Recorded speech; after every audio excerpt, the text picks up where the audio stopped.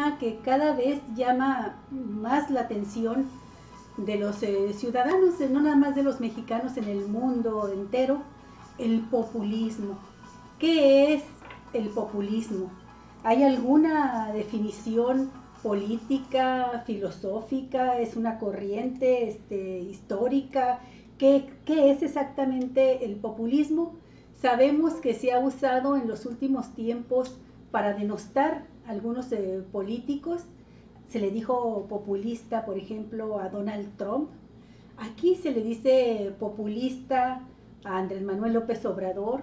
También, para descalificarlo, obviamente, se dice populista a Hugo Chávez, a Maduro, los venezolanos, y a muchos personajes más que tienen algunas características de ruptura, algunos de ellos con el régimen, con el sistema de los países en los que viven. Pero no sabemos exactamente qué significa la palabra, y sabemos que Andrés Manuel, por ejemplo, responde: si populismo es ver por la gente, soy populista y que me apunten en la lista, lo ha dicho en sus mítines.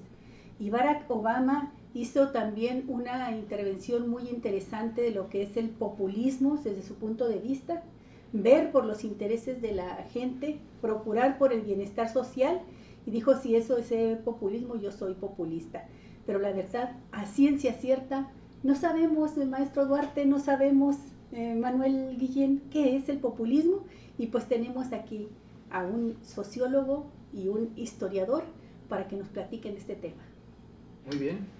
Pues, adelante, por favor, Armando. Sí, gracias. Bueno, yo lo primero que diría es que el populismo es un concepto que tiene muchos significados. Es, digamos que, una de las causas por las cuales hay tanta confusión. Así, no ha tenido en las ciencias sociales incluso un tratamiento a nivel de categorías como clase social, como cualquier otra de las categorías que forman parte de las ciencias sociales. Hay un estudioso del tema, Ernesto Laclau, que desde el siglo pasado, finales del siglo pasado, empezó a darle cierta formalidad al análisis del tema, y digamos que él ha establecido por ahí alguna definición al respecto, que no siempre es, o más bien que no es aceptada. No hay un consenso entre todos aquellos que estudian el tema, pero incluso, sobre todo, entre aquellos que manejan el término, ¿no? Y no se apegan a esta definición. Él decía que el populismo es aquella dimensión de ciertos discursos políticos que los construye, o que se construyen esos discursos sobre la base de dicotomizar ciertos espacios sociales, ¿no? Y decía: hay populismo siempre que las identidades colectivas se construyan en términos de una frontera dicotómica que separa a los de arriba con los de abajo, ¿no? Entonces, cuando es una definición muy académica, mi estimado Armando, también por otro lado. Así es, porque, bueno, Ernesto Laclau es académico, ¿no? Y está estudiando el fenómeno desde el punto de vista de la ciencia social, ¿no? Yo de aquí sacaría, por ejemplo, dos cosas, ¿no? Número uno, bajarla un poco. Sí, dice: cuando el discurso político habla de los de abajo contra los de arriba, podríamos decir que ahí hay populismo. Pero este concepto de populismo, en la manera como Laclau lo interpreta, no tiene nada de malo. Es como lo que dijo Obama: si ser populista es ver por los intereses y el bienestar de los menos favorecidos, en este caso los de abajo. Perfectamente, lo aplicas. Sí, soy populista. Y no tiene ninguna connotación negativa, ¿no? O sea, ¿quién está en contra, verdad, de que se vea por los intereses de la gente menos favorecida? Claro. Pues solamente los que quieren mantener privilegios, ¿verdad? Y entonces, allí todos los que estemos de acuerdo con eso podríamos ser populistas, y eso no tiene nada de malo, ¿no? Segundo, dice: cuando la identidad colectiva se construye en términos de los de arriba y los de abajo. ¿Qué es esto de la identidad colectiva? Es cómo se identifica en un momento determinado las personas o el movimiento en una lucha política, ¿no? Y yo diría, bueno, cuando Andrés Manuel lanzó aquella frase de que por el bien de México, primero los pobres, él estaba haciendo una identidad, estaba proporcionándole una identidad al movimiento que él encabezaba. Y en ese sentido estaríamos hablando de una sí es identidad totalmente populista, pero en el buen sentido del término, ¿no? Quiero insistir mucho en esto. ¿Por qué?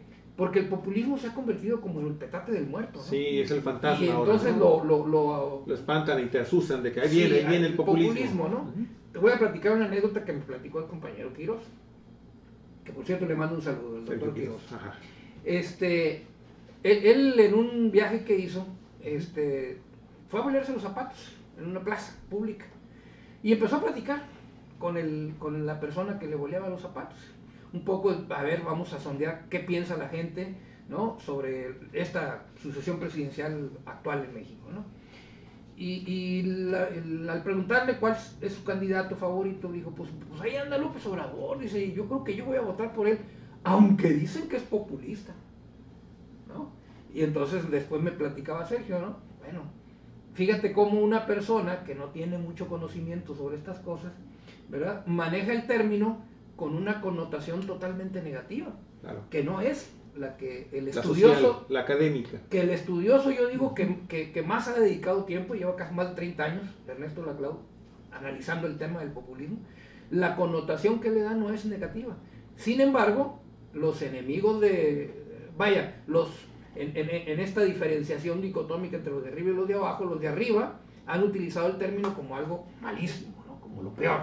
Y entonces, cuando quieren desprestigiar a alguien o infundir miedo, dicen, es que esta persona es populista. O sea que este término, este concepto de populismo viene finalmente a desplazar al peladito, al naco, que son conceptos con los que también se podrían identificar por parte de las clases medias y altas. Las medias pudientes y las altas al grueso de la población de escasos recursos económicos. Tiene esa connotación clasista, ¿no?, de alguna manera.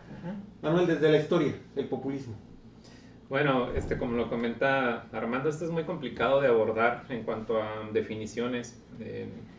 Sin embargo, pues lo que es la sociología principalmente es la que ha abordado en cuestiones conceptuales y ha tratado de dar ciertas características.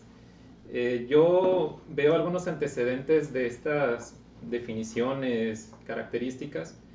Un poco más atrás, sobre todo, remontaría al siglo XVIII y siglo XIX, donde son las clases populares, el concepto de ciudadano, la clase obrera, campesina, las que poco a poco empiezan a ser protagonistas también de muchas movilizaciones sociales, sobre todo en el siglo XIX.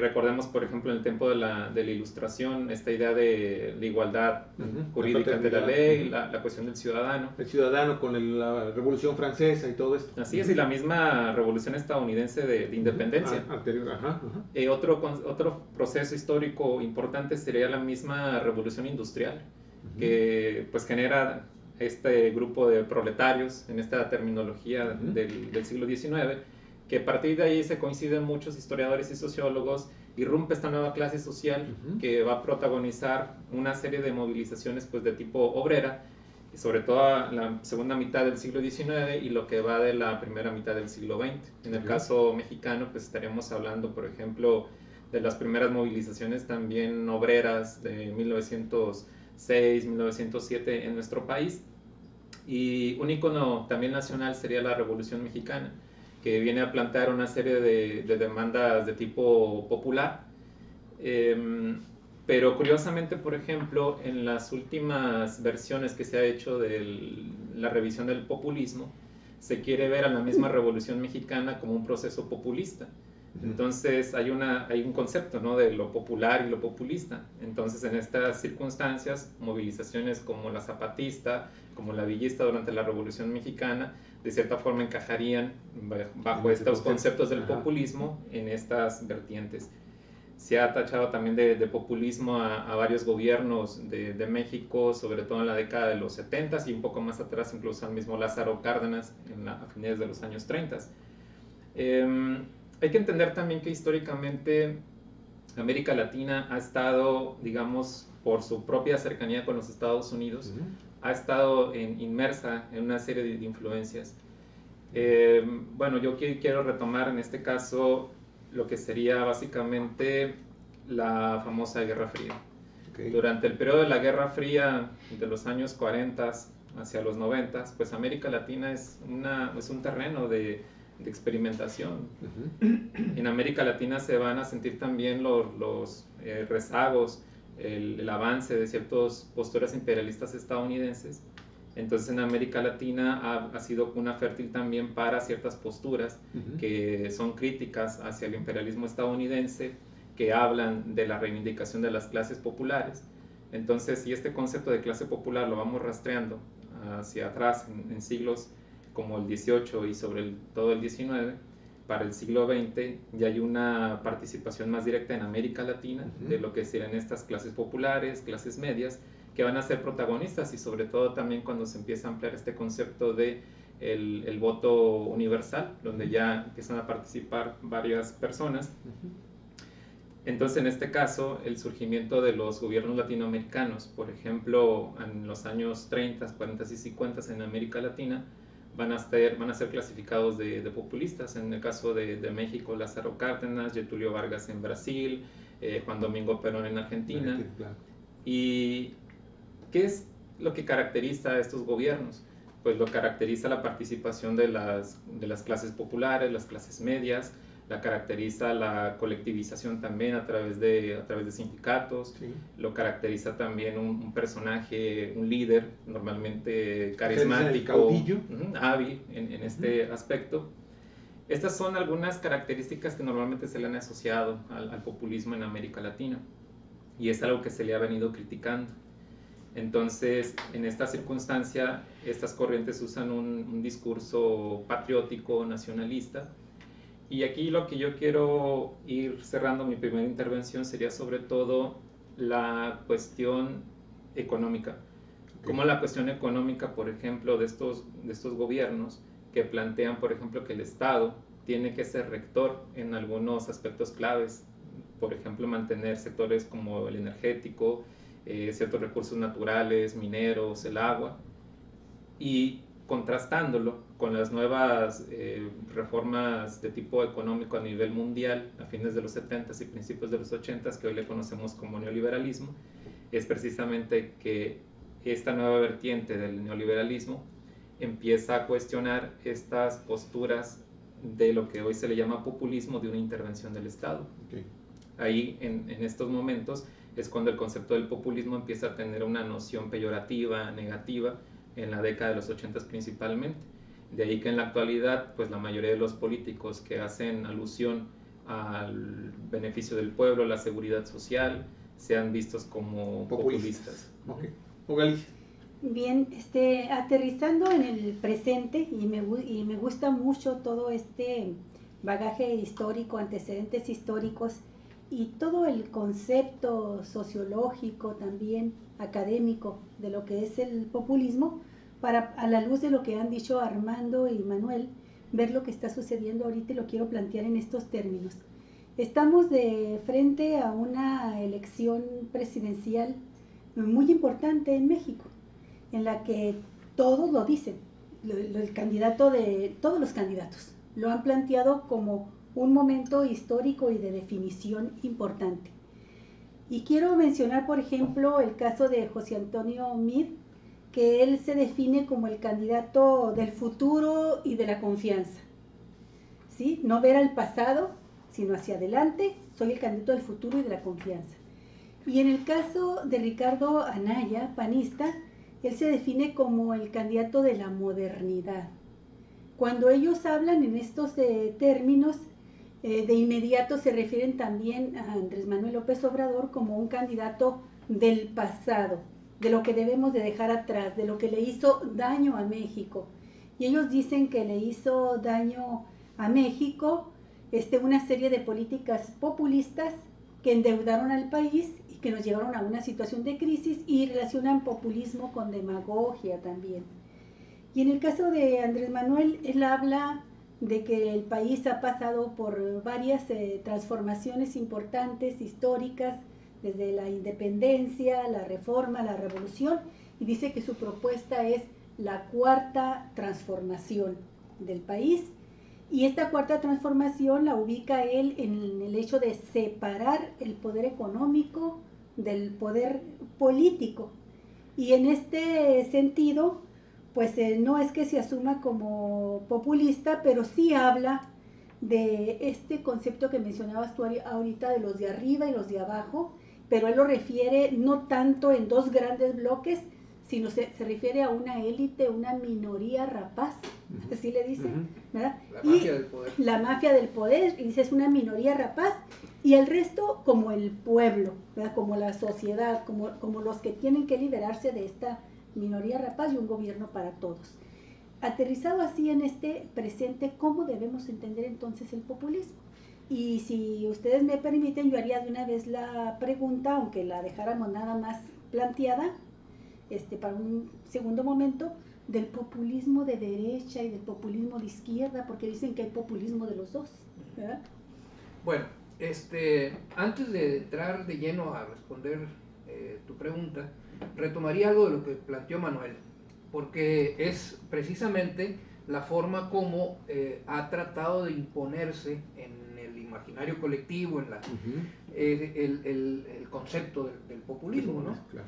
Efectivamente, en el caso de América Latina y generalmente en todo el mundo, el concepto o el término más bien, la palabra populismo empezó a cobrar relevancia precisamente en ese momento en el que se da una transformación, una reestructuración del sistema capitalista mundial, cuando se pasa del anterior modelo, ¿verdad?, basado en el estado de bienestar, que siguiendo esta definición podríamos decir que fueron estados populistas, incluidos Estados Unidos, ¿verdad? Claro. Y todos los de Europa. Claro, claro, definitivamente. ¿Verdad? En el momento en que se da ese cambio, esa reestructuración del capitalismo, y que se establecen determinados lineamientos de carácter económico para lograr esa reorganización, todo lo que estuviese en contra es populismo, ¿no? Y entonces, por ejemplo, se planteaba, ¿no? Todo lo que contradiga el credo neoliberal es populismo. Entonces, si un gobierno está en contra de reducir la participación del Estado en la economía, es gobierno populista. Si un gobierno dedica grandes cantidades, o ni siquiera grandes, importantes cantidades del presupuesto para satisfacer necesidades de carácter social, es populista. Claro. Si un gobierno apela al pueblo para impulsar determinadas reformas, es populista. Y entonces el concepto de populismo, ¿verdad?, lo podríamos, el que hoy se está manejando, claro, y que están manejando precisamente los de arriba, las fuerzas de la derecha, en la dicotomización esta de la que hablaba la Clau, ¿verdad? El populismo es todo aquello que vaya en contra del credo neoliberal. Y entonces en ese sentido, bueno, pues entra Kirchner, entra Lula da Silva, Dilma, el de Bolivia, Evo Morales, Evo Morales. Entraba también el Chávez, ¿no? Correa de Ecuador, y obviamente López Obrador, ¿no? Claro. ¿Por qué? Porque están planteándose un modelo que, digamos, se distancia del modelo neoliberal, y entonces son populistas. Por eso es tan fácil para ellos calificar. Ahora, ¿qué es lo que argumentan? Lo decía hace un ratito Olga Alicia, ¿no? Bueno, es que se refieren al manejo irresponsable de las finanzas públicas. ¿Por qué? Porque derrochan el dinero, se endeudan, ¿no? El problema de la deuda, y entonces empiezan a hacer todo esto. Luego, que ese dinero lo gastan fundamentalmente en dádivas para la gente. No hay inversión productiva, ¿no?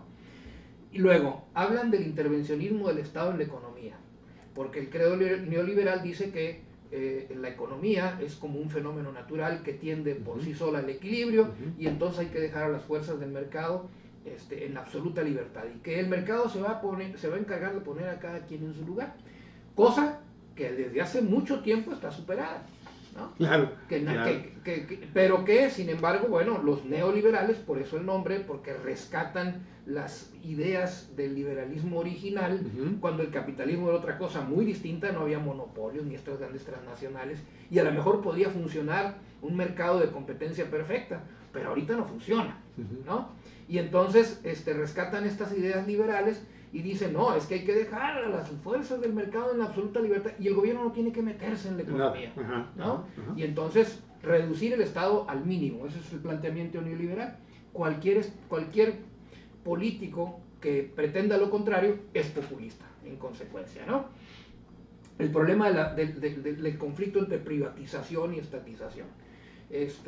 Si un gobierno se plantea controlar, como lo hacen por ejemplo en China, como lo hizo durante mucho tiempo Corea, de manejar aspectos estratégicos de la economía directamente con la intervención del Estado mayoritaria, absoluta o como partícipe, ¿verdad?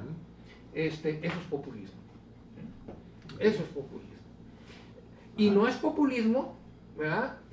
Salir al rescate del sistema financiero, como lo hizo Estados Unidos cuando la crisis del 2008, que era inyectar recursos públicos para tratar de salvar a un sector de la economía en manos privadas. Ahí no antes lo hizo México. Ajá, ahí no es populismo. El Fobaproa, eso no es populismo, ¿no? El rescate carretero, eso tampoco no es populismo. Y yo diría, pues sí, no es populismo porque no beneficia a la gente, beneficia a una élite. Y en el concepto de la CLAU, entonces eso no cabría dentro de lo que es populismo. Pero en esta connotación peyorativa que ellos le dan, de entrega de subsidios del Estado a un sector hacen privado, exactamente lo mismo. Exactamente lo mismo. Manuel, ¿algún comentario? Sí, básicamente podría retomar también, por ejemplo, lo que comentaba Armando, en el sentido que hay un año clave, por ejemplo, en 1929, la famosa Gran Depresión Mundial, esta crisis del capitalismo internacional, y estos ajustes que se intentaron hacer en los Estados Unidos con Franklin Delano Roosevelt en la política del nuevo trato, que es básicamente una rectoría de nuevo del Estado, de atender los sectores claves, el crear empleo, la inversión pública, como una medida para precisamente hacer las correcciones necesarias. Esas posturas del famoso Estado benefactor, que es básicamente que el Estado asume su responsabilidad también social de atender a esos sectores que no se benefician de este juego comercial, es algo que va a influir sobre todo en América Latina, precisamente en la década de los años 30 y 40, y básicamente esto es lo que México también retomó en los años 30 y 40.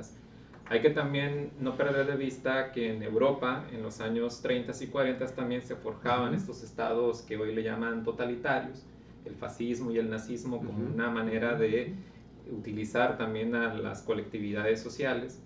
Entonces es un fenómeno también internacional, tanto en Europa como en los Estados Unidos, y también América Latina, desde luego que también va a tener una participación en ese aspecto. Esto lo podemos complementar, en el caso mexicano, con este modelo del Estado benefactor, con esta idea de la industrialización mexicana, después de la Revolución Mexicana, donde el Estado crea una serie de condiciones para que en el país empiece a dar las primeras industrias, es decir, el Estado crea las circunstancias adecuadas. En estas circunstancias, por ejemplo, en el país, sobre todo en los años 30 y 40, se empiezan a formar las primeras industrias mexicanas como una idea de sustituir lo que antes normalmente se estaba importando de otros países, producirlo en México. Entonces hay que recordar que este modelo pues, básicamente estuvo implementándose hasta los años 70 aproximadamente. Y viene precisamente esta ruptura que comentaba. A nivel internacional, el Estado benefactor otra vez entra en un periodo de fuertes críticas. Vienen unos organismos internacionales que ya habían estado fundados, pero que en los años 80, con esta idea de que el Estado otra vez se tiene que retirar y dejar a las fuerzas del mercado, y dejar en manos privadas todo lo que es la cuestión social, educación, la vivienda, etcétera, viene este nuevo apogeo de una crítica a estas medidas del Estado benefactor, y es ahí donde podemos distinguir que pudiera haber un populismo que predomina en los años 30 a los años 50 y el llamado nuevo populismo, que nos plantean supuestamente que viene a partir de los años 2000, y es donde entran estos personajes que comentaba Armando, ¿no? Hugo Chávez, Evo Morales, etcétera. Enmarcado en esta lucha internacional de las medidas neoliberales y el Estado vuelve a retomar una rectoría. En este caso yo concuerdo de que el Estado tiene que ser rector de ciertos puntos claves, por ejemplo, la cuestión de la educación, el tema de la vivienda, el tema de la salud pública. Claro. Son cosas que no se le pueden dejar nada más a las fuerzas del mercado. Entonces, ante esas posturas, por ejemplo, me dirían a mí, eres un populista, ¿no? Porque planteas esa intervención. Pero el Estado debe procrear, tiene que establecer ciertas bases para que precisamente los pobladores de un país tengan acceso a este tipo de servicios. Porque normalmente se le critica mucho a los gobiernos que han sido catalogados como populistas de fuertes endeudamientos o de crisis económicas, pero estas se han estado dando también en las economías ya de apertura comercial, como la crisis económica mexicana del 94-95, donde oficialmente ya no estábamos en populismo, ¿no? Entonces va más allá de las crisis económicas de si es un gobierno tildado de populista o neoliberal. Ahí más que nada sería en muchos casos el cómo se maneja una economía. En el caso de la última crisis económica en México, un factor importante es la privatización precisamente de los bancos en nuestro país, que creó todo un sistema caótico. Entonces esto es lo que comentaba también Armando, de cómo el FOBAPROA también se convierte en un rescate bancario que no ha sido muy cuestionado en la historia reciente mexicana. Claro. Yo quisiera aquí preguntarles si a final de cuentas también los propios partidos políticos no han estado de alguna forma dándose patadas a sí mismos, o al menos sus representantes, sus presidentes, en este caso el presidente de la República, que representa oficialmente, representa a la nación, pero surge de un partido político de revolución institucional. Y yo revisando los estatutos básicos, los documentos básicos de los partidos, en realidad encuentro, de acuerdo a lo que ustedes están señalando en este momento, de lo que es el populismo desde el punto de vista académico y la evolución histórica del concepto, encuentro que los documentos básicos de todos los partidos políticos en México encontramos una vertiente muy importante de populismo. Y yo no entiendo cómo un candidato de un partido puede proponer, incluso hacer propuestas en lo económico, en lo político, en lo social y en lo cultural, que van en contra de sus propios conceptos básicos plasmados en las plataformas políticas y en los estatutos de los propios partidos políticos, para que finalmente entonces todos se libraran de culpa y no estar hablando del populismo, si les es benéfico o no les es benéfico. Tendrían entonces los partidos políticos, sus asambleas, sus dirigentes, sus miembros, elaborar una reforma a fondo de los estatutos básicos de cada partido, para que entonces definamos entonces quién es realmente populista, quién es entonces finalmente neoliberalista, porque pues aquí estamos haciéndonos realmente los tontos, no nosotros, sino los partidos políticos y sus candidatos y sus representantes.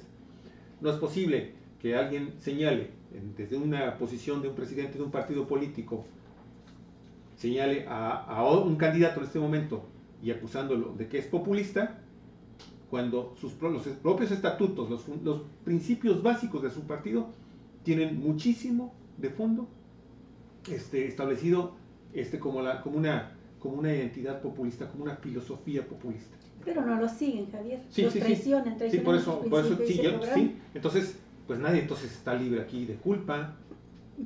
Nadie, porque todos son unos traidores a sus principios. Y de acuerdo con esta definición del populismo en ese sentido peyorativo, todos en algún momento han sido populistas. Sí, así es, todos. Es que ¿no? estaba todos. pensando, por ejemplo, lo de la entrega de recursos a la población. También hay que ver cómo se hace.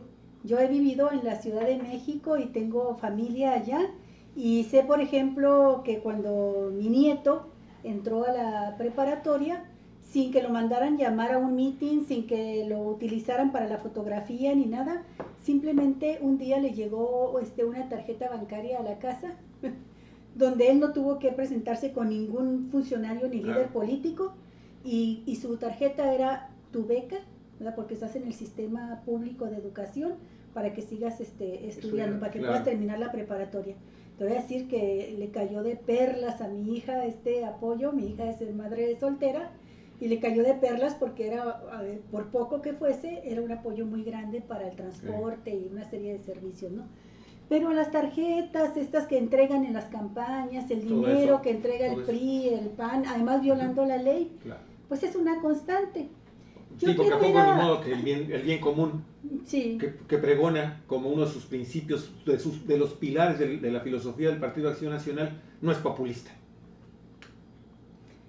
A ver, yo quiero ver en este momento, por ejemplo, también a la luz de lo que han estado diciendo, tuvimos entonces un México en desarrollo cuando se conformaron las instituciones del Estado y cuando se crearon una serie de instituciones sociales muy importantes, desde la nacionalización de Pemex en el aspecto económico hasta la creación del seguro social y una serie de políticas. Tuvimos entonces gobiernos populistas que vieron por su pueblo, por la población.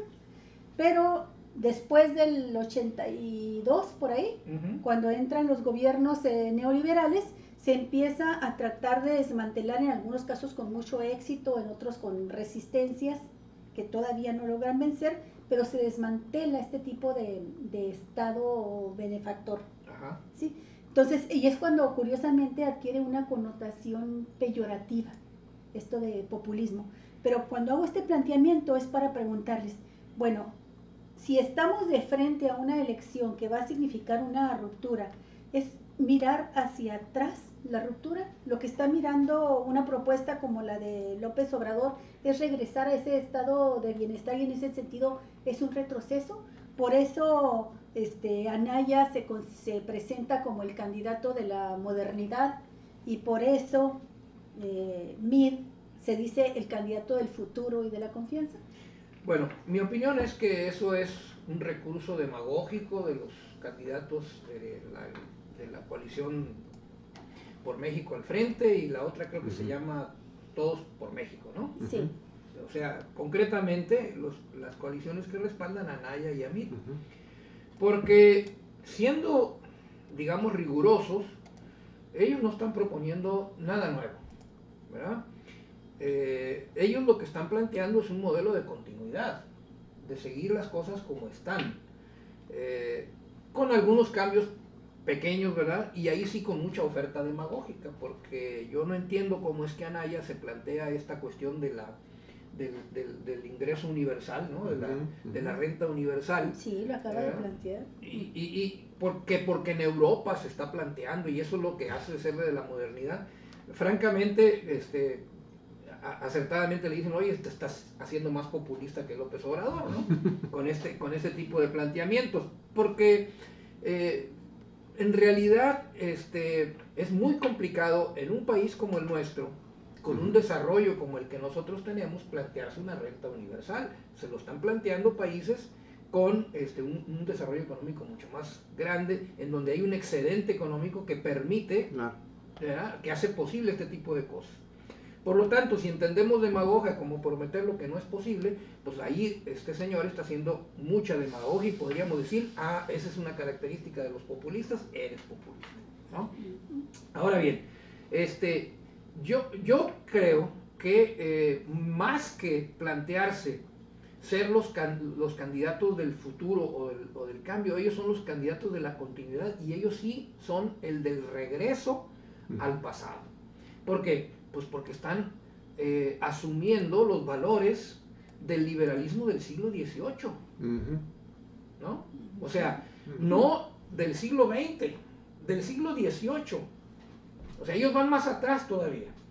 La economía en donde el Estado no intervenga, el mito del libre mercado, el mito del equilibrio del proceso económico. O sea, están regresando a los básicos del capitalismo, que ya no son posibles porque el capitalismo se ha transformado y no le puedes aplicar las mismas recetas.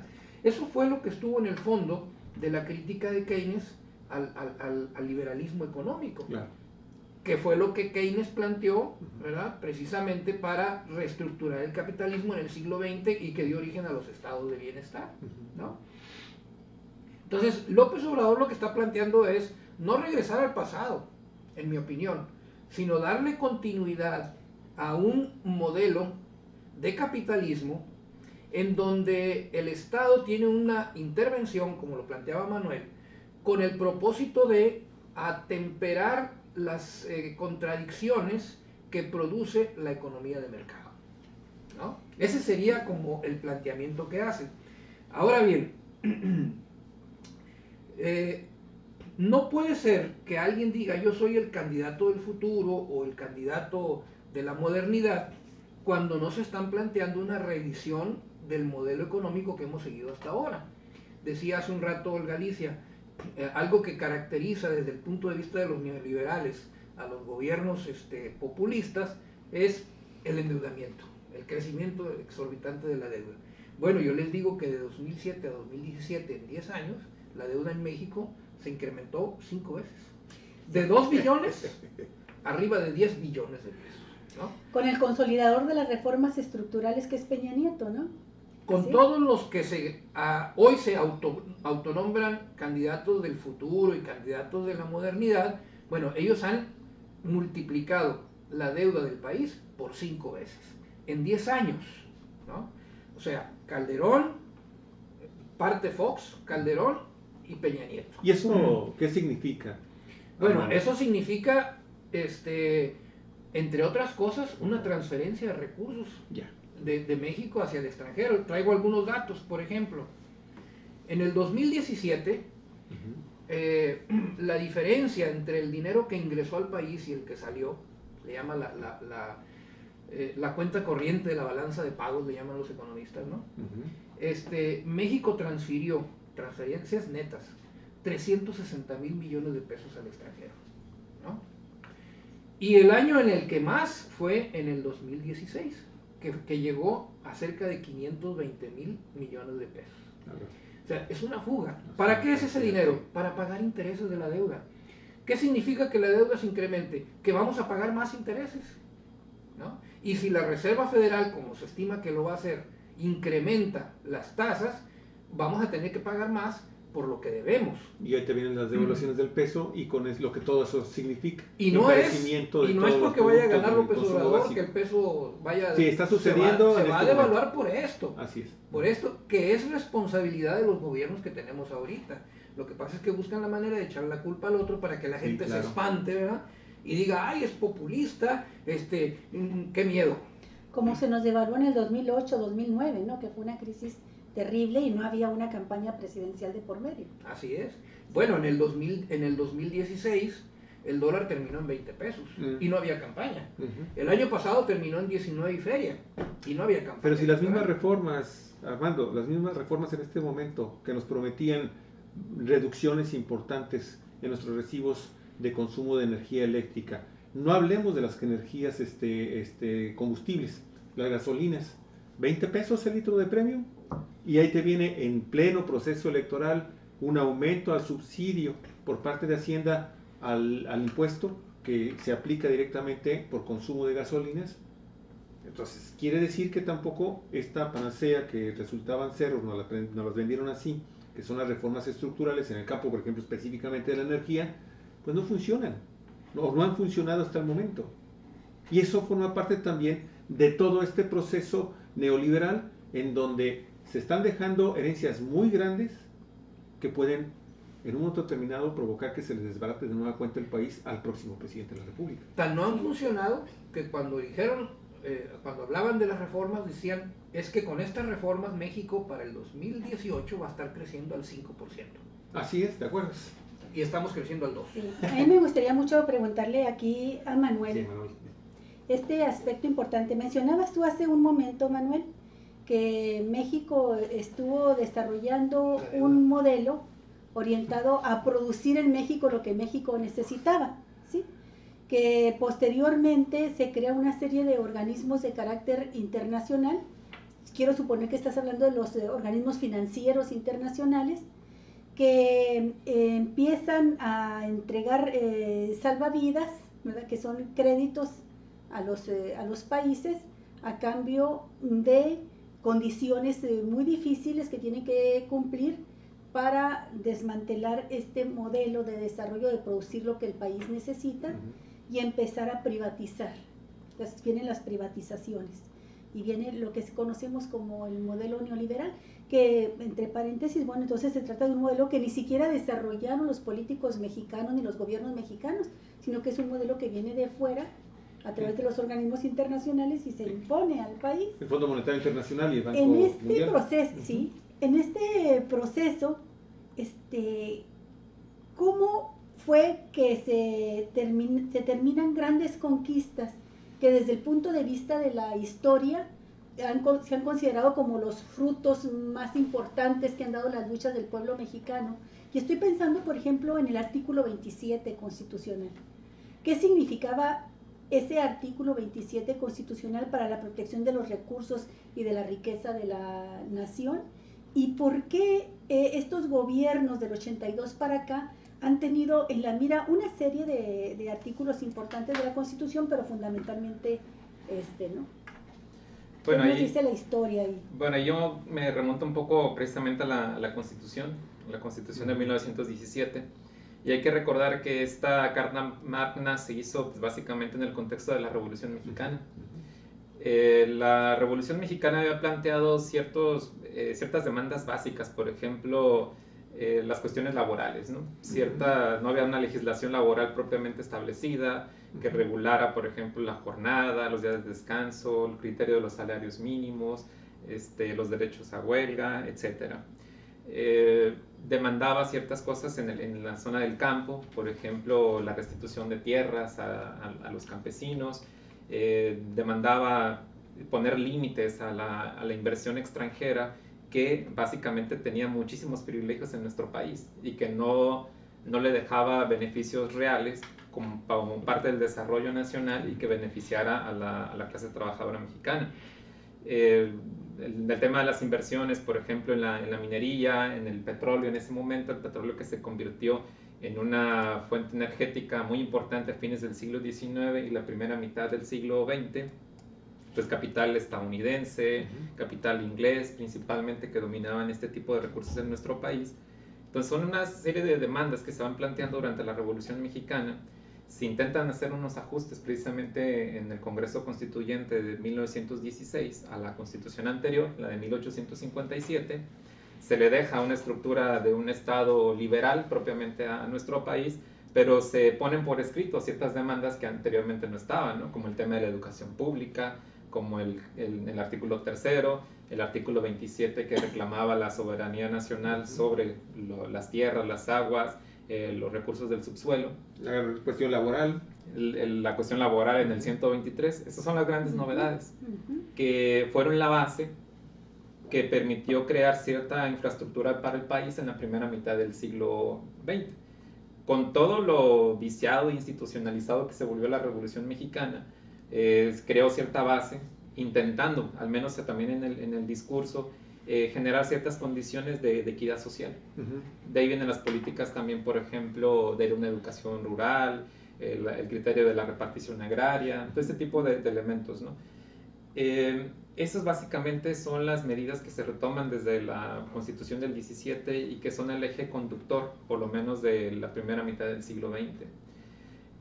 Comentaba hace rato que también en ese momento México se planteó un desarrollo industrial, dejando atrás lo que era propiamente el modelo agroexportador que había predominado en el porfiriato, a la industrialización.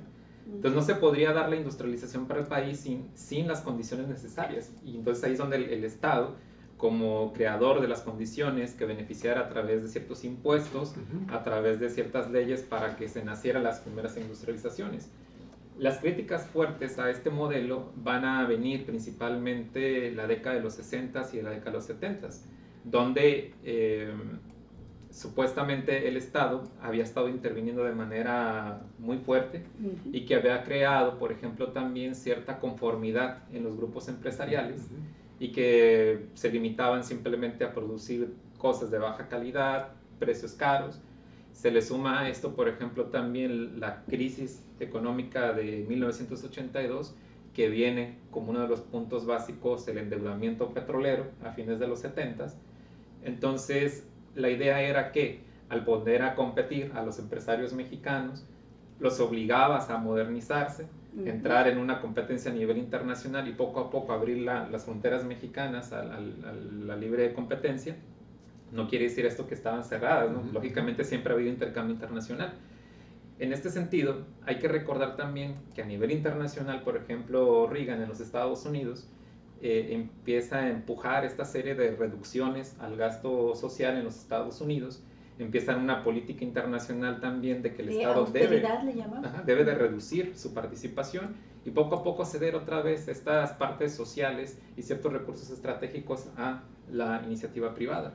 Es ahí donde entran estos organismos que comentaba, como el Fondo Monetario Internacional, el Banco Mundial, que también toman América Latina como parte de su experimento para empezar a desmantelar este tipo de estructura económica y estructura social.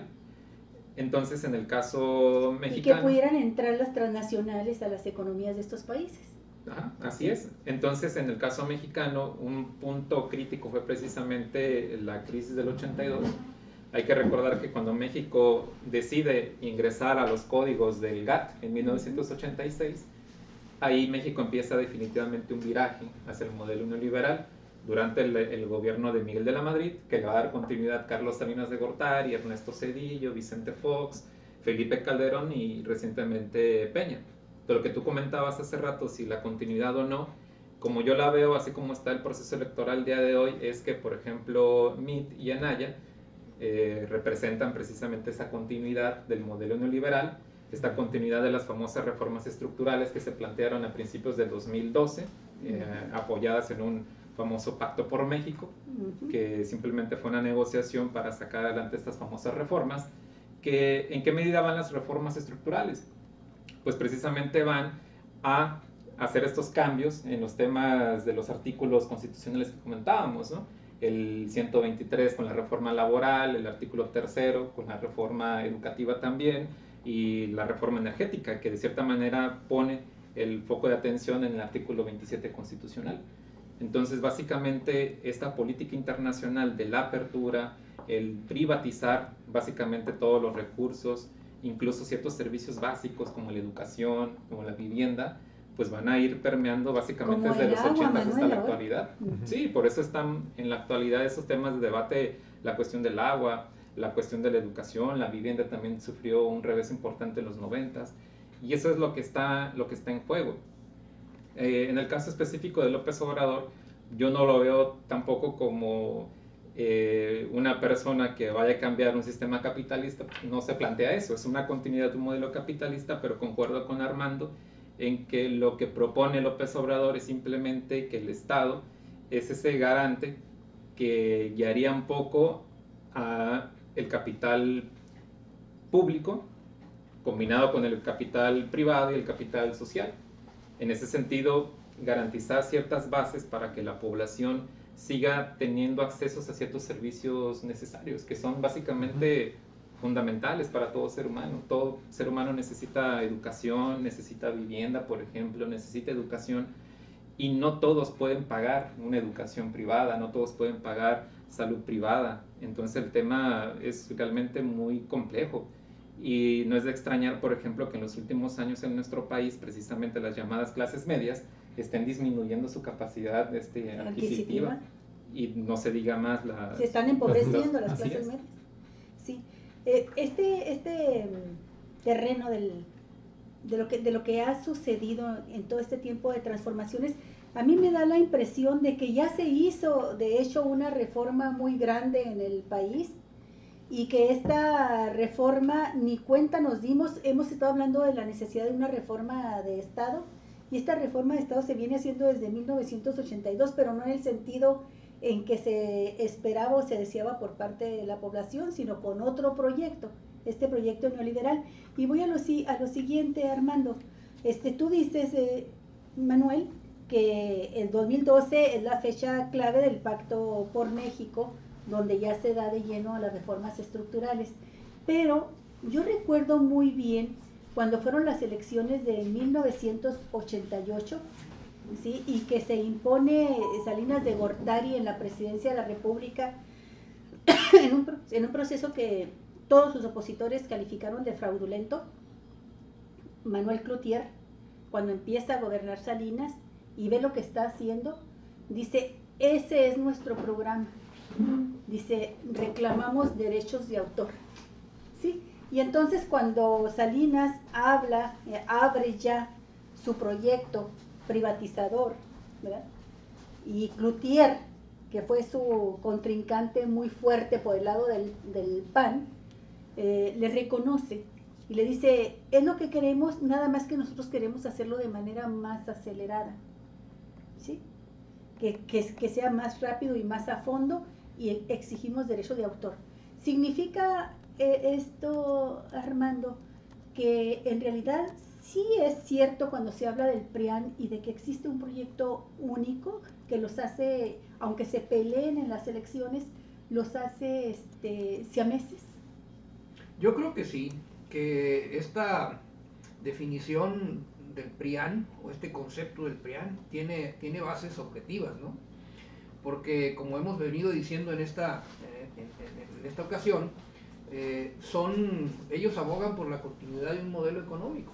Están esencialmente de acuerdo en lo mismo. Tendrán algunas diferencias, algunos detalles, pero esencialmente están de acuerdo en lo mismo, y ellos buscan darle continuidad a este modelo. Hay que recordar los discursos de Anaya cuando lo de la reforma energética, ¿verdad? Aquello de que vendrán tiempos mejores y que estamos haciendo lo correcto y que podremos ver a nuestros hijos con la mirada tranquila, ¿no? De frente, porque estamos haciendo lo correcto. Ahora está criticando todo eso, ¿no? Es una lucha por el poder lo que los confronta, pero esencialmente buscan lo mismo. Yo creo que la cuestión aquí está, los términos de la elección están planteadas en vamos a seguir igual o vamos a hacer un cambio, ¿no? Es mentira cuando Anaya dice es que hay un cambio, el que yo propongo y el cambio que propone López Obrador. Aquel es el cambio del populismo, del regreso atrás, el mío es una visión de futuro. Es mentira, o sea, no se puede, no resiste un análisis. Lo que es propone. Más de lo mismo. Es más de lo mismo, eso es lo que están planteando ellos, la continuidad del sistema. En ese sentido yo digo, efectivamente, están tanto el PRI como el PAN buscando exactamente lo mismo, ¿verdad? No les ha dado digamos, la brillantez política como para decidir subsanar sus diferencias e ir juntos para tratar de detener al otro, ¿verdad? Ahorita ya está más complicado que lo hagan, estamos a 50 días, a 45 días de que se acabe la campaña, ¿verdad? 50 días de la elección, y ya veo muy complicado que pueda renunciar a alguno de ellos para apoyar al otro, ¿no? Para empezar, no aparecerían las boletas, esto generaría mucha confusión. Las boletas ya están en proceso de impresión. Ya están impresas. Ya están impresas, sí. Incluso, fíjate. En ese sentido, es muy complicado, ¿no? Yo creo que ahí la estrategia de la oligarquía de tratar de polarizar el voto, o de, ¿cómo le dicen? Atomizar el voto, les falló por completo, ¿no? Y bueno, van a tener que pagar las consecuencias. Sí, es una elección esta del 2018 de ruptura, aunque no represente López Obrador un proyecto revolucionario de cambio radical del sistema.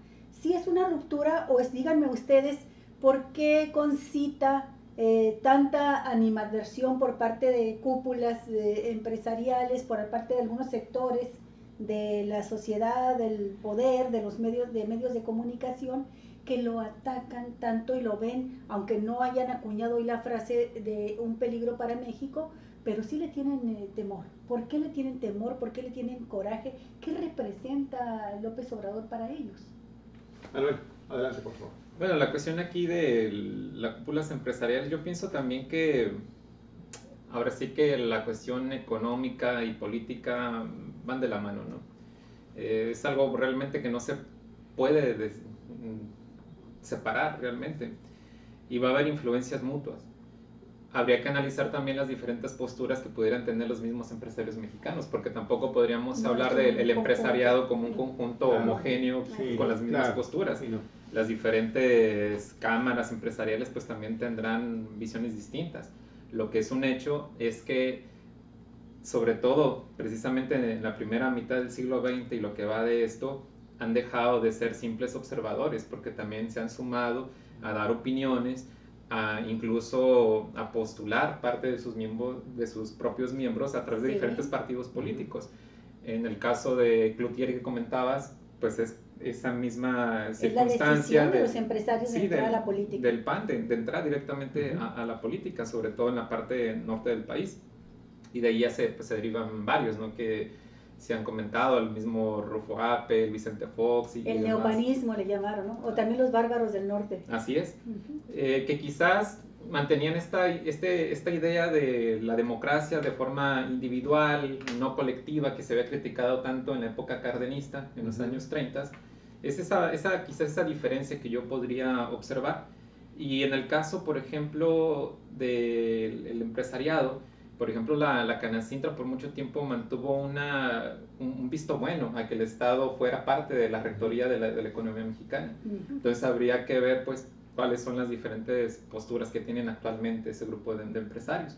Entonces, yo creo que a veces se exagera mucho en los medios de comunicación también esta idea de que la iniciativa privada es totalmente el enemigo número uno de López Obrador y viceversa, ¿no? El propio López Obrador pues tiene respaldo también de ciertos grupos empresariales. Entonces es un reacomodo, al final de cuentas es un reajuste de las posturas económicas y políticas. Te comento algo nada más para recordarlo y aterrizar el tema aquí localmente.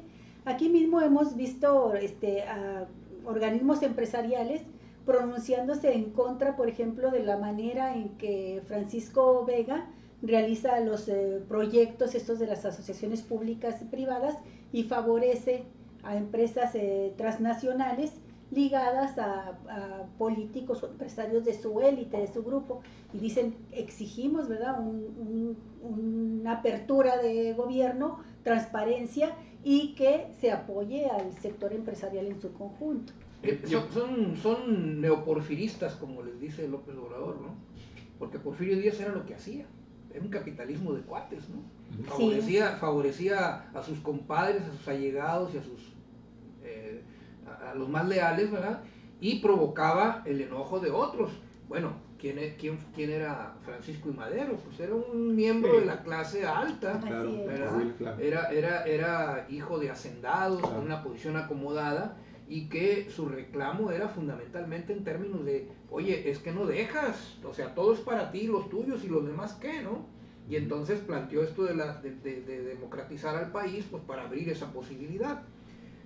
Yo creo que, para contestar a tu pregunta, que López Obrador no representa una ruptura total con el sistema. Es un cambio de rumbo, ¿verdad? Pero manteniendo las mismas bases de un modo de producción o de un sistema de producción que es el capitalismo. Él no se ha planteado acabar con la propiedad privada de los medios de producción, nacionalizar empresas, no se ha planteado recuperar el control sobre el Banco Central, ¿verdad? Que uno de los dogmas del neoliberalismo es la autonomía del Banco Central, y él ha dicho, yo voy a respetar la autonomía del Banco Central, ¿no?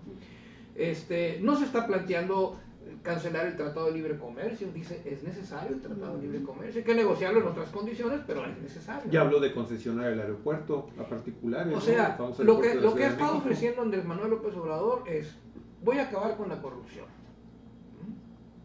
Segundo, se van a acabar los privilegios. Tercero, respeto absoluto al Estado de Derecho, ¿no? División de poderes. O sea, ¿qué más quieren?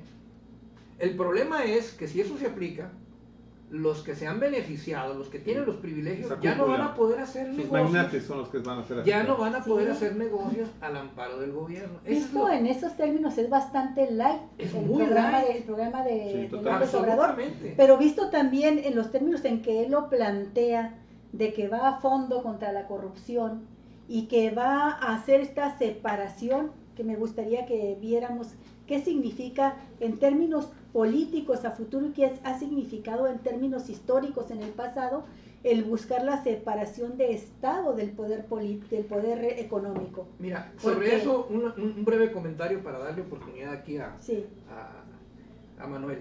Mire, yo creo que en la época del milagro mexicano, por ahí después de 1940, más o menos 45, para acá, cuando se implementó en México el modelo de sustitución de importaciones del que hablaba Manuel hace rato, para industrializar el país, y que tuvo éxito, ¿eh? ¿Sí? Hay que recordar que entre 1950 y 1970 el crecimiento en México fue un crecimiento sostenido de arriba del 6%.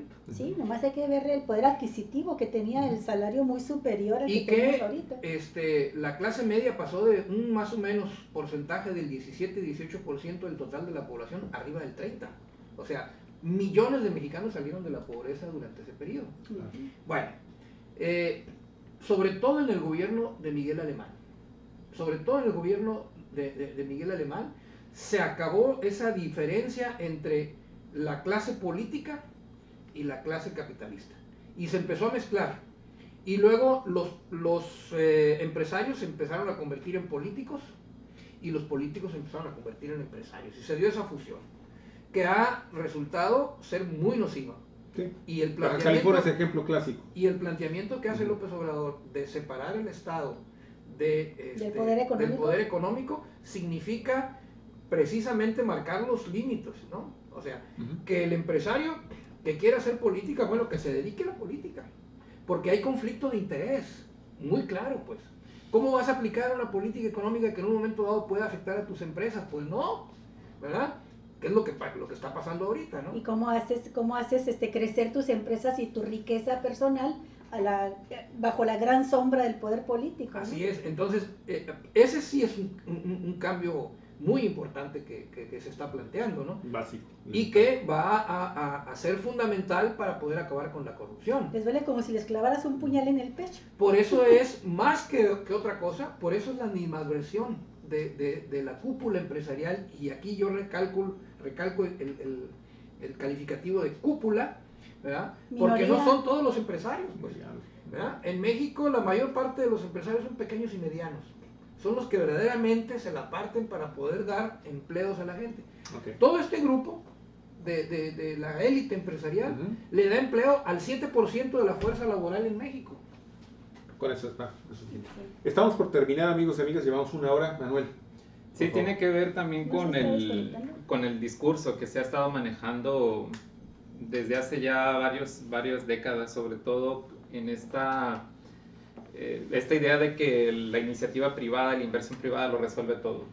Esta idea de que se crean empleos, que es la palanca de un desarrollo económico.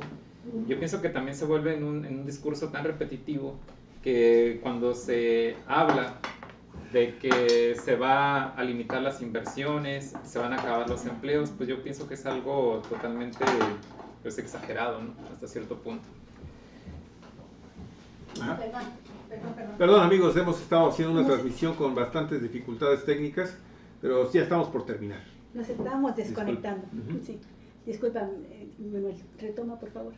Sí, comentaba pues que es un discurso también muy repetitivo. La idea que si la fórmula mágica del bienestar para un país lo resuelve la inversión privada, pues eso también es falso, pues. La idea de que la inversión extranjera también va a abrir la llave mágica para que todo mundo tenga un bienestar social, no, eso es imposible. El Estado tiene que ser garante precisamente de que esas inversiones se conduzcan de la mejor manera para que realmente una población tenga servicios básicos, indispensables, como comentaba hace rato. Tiene que ser garante del respeto al Estado de Derecho, también es. En la aplicación de los acuerdos económicos, comerciales. Y en este sentido, Armando, Manuel, yo recuerdo haber leído en los últimos tiempos cómo países europeos están corrigiendo el rumbo. Es decir, países que ya habían entrado a un proceso de privatización de servicios públicos, de diferentes áreas, la salud, por ejemplo, se dieron cuenta de que les estaba resultando muy desastroso en cuanto al desplome del bienestar social, de la calidad de vida de su población, y están reorientando la recuperación del Estado como rector.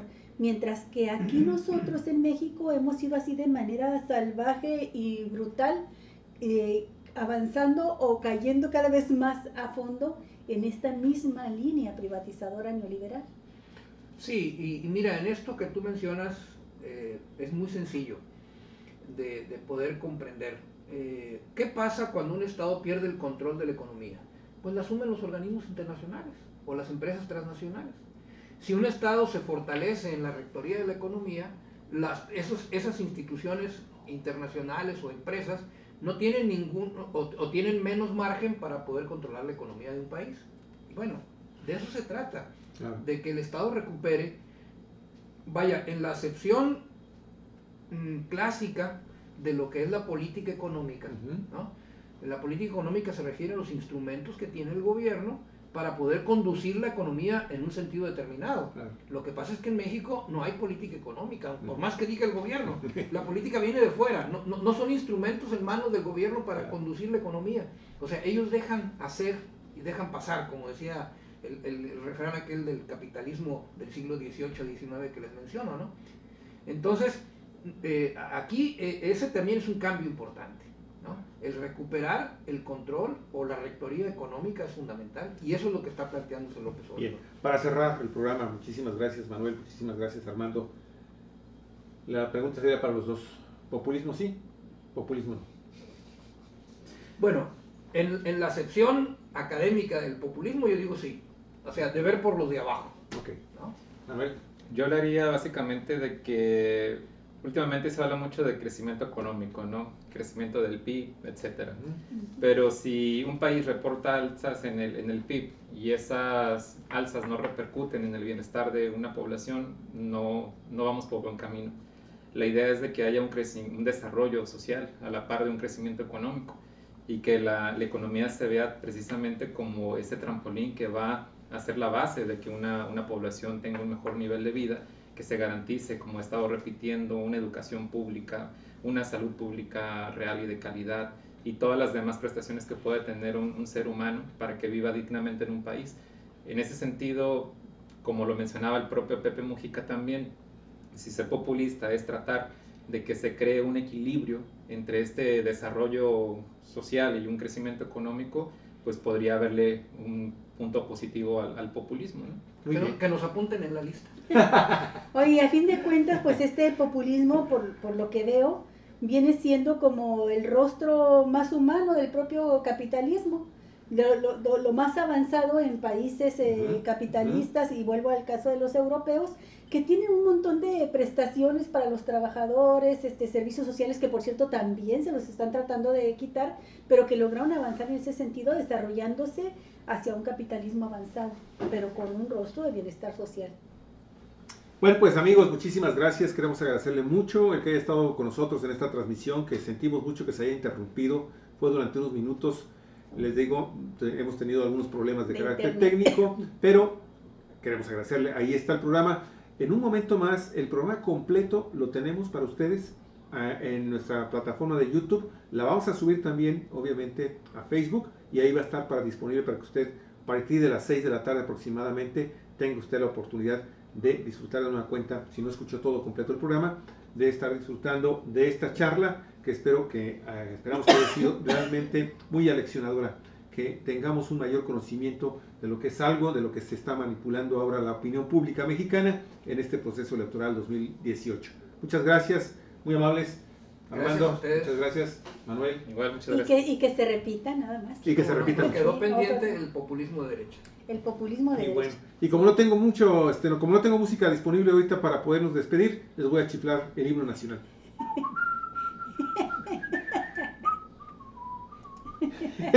Y con este sí se pegó. No, se va a modificar la ley del himno y de todo eso. Es que a lo mejor después ni lo vamos a poder chiflar porque no es una ceremonia, ¿no?